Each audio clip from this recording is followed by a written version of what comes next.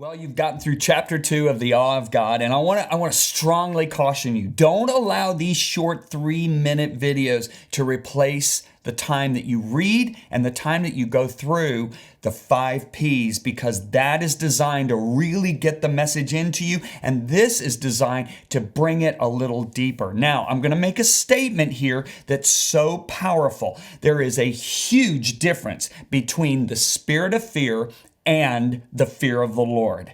When Moses brought the children of Israel out of Egypt and God came down on the mountain to reveal himself to them, and I'm going to say something that I think a lot of people miss. The whole reason that God delivered Israel out of Egypt, and remember, Egypt is a type of the world. Coming out of Egypt is a type of being born again.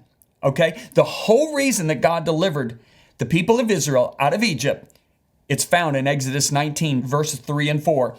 Thus you shall say, this is a private meeting between God and Moses. He said, thus you shall say to the house of Jacob. So this is the whole nation. And tell the children of Israel, you have seen what I did to the Egyptians and how I bore you on eagle's wings and brought you to myself. The whole reason God delivered them from the world is he wanted a relationship. He's a dad. He's a father. He is longing to spend time with his children. However, he tells them, purify yourself. Wash the filth off your clothes. Now, why did he tell them that? He was saying, get rid of the filth of Egypt. Hey, he tells us in the New Testament, get rid of the filth of the world because I want to come into your presence. However, their love for Egypt didn't leave them. And so that when God came down on that mountain, the people screamed and ran away. And then Moses makes this statement. He says, hey, do not fear, for God has come to test you, that his fear may be before you, so that you may not sin. Sounds like Moses is contradicting himself. Do not fear because God's come to see if his fear is in you. Wait a minute. What are you talking about? He's differentiating between being scared of God and the fear of the Lord.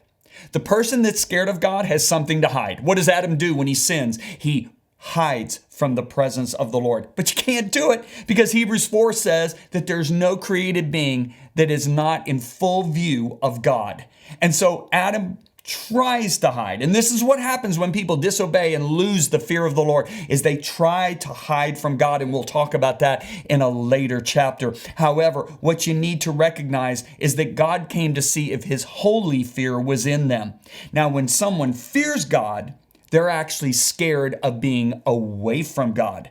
They're actually terrified of being away from him. So the fear of the Lord gives us the power to depart from evil because we don't want to be away from God.